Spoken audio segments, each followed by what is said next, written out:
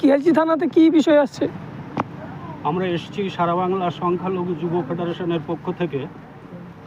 আপনারা নিশ্চয়ই অবগত আছেন, যারা সোশ্যাল মিডিয়ায় থাকেন তারা নিশ্চয়ই দেখেছেন নদিয়া জেলার হরিণঘাটার বিজেপির এমএলএ অসীম সরকার মুসলমানদের ধর্মগ্রন্থ নিয়ে যেসব কুরুচিকর মন্তব্য করেছে তার বিরুদ্ধে প্রতিবাদ গোটা পশ্চিমবাংলা না গোটা ভারতবর্ষে আসতে পড়েছে।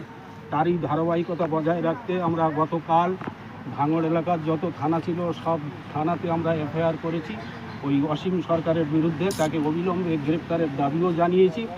সেই পরম্পরায় আজকে আমরা কেএলসি থানাতে এসেছিলাম, কলকাতা লেদার কমপ্লেক্স থানায়।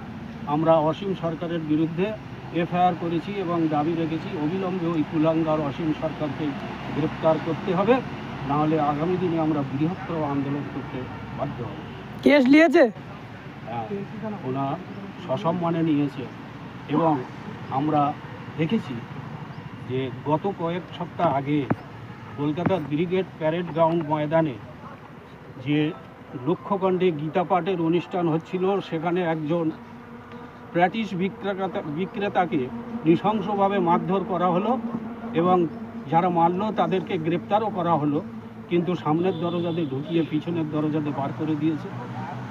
এর জন্য আমরা প্রতিবাদ করেছি। এর থেকে আমরা বুঝতে পারি যে রাজ্য আর কেন্দ্রের গটাপ ছাড়া এসব কখনো হতেই পারে না।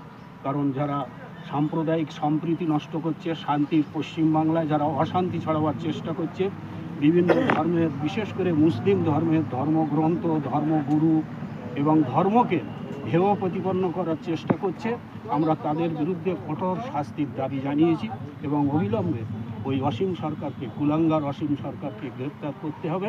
না হলে আমরা আগামী দিনে বৃহত্তর আন্দোলন তো বটেই, সেই সাথে সাথে আমরা হাইকোর্টেও একটা মামলা করার প্ল্যান প্রোগ্রাম বিভিন্ন সংগঠনের পক্ষ থেকে আমরা আলোচনা করছি। যে থানা যদি অবিলম্বে ব্যবস্থা না নেয় তাহলে আমরা আগামী দিনে হাইকোর্টে তার নামে মামলা করব।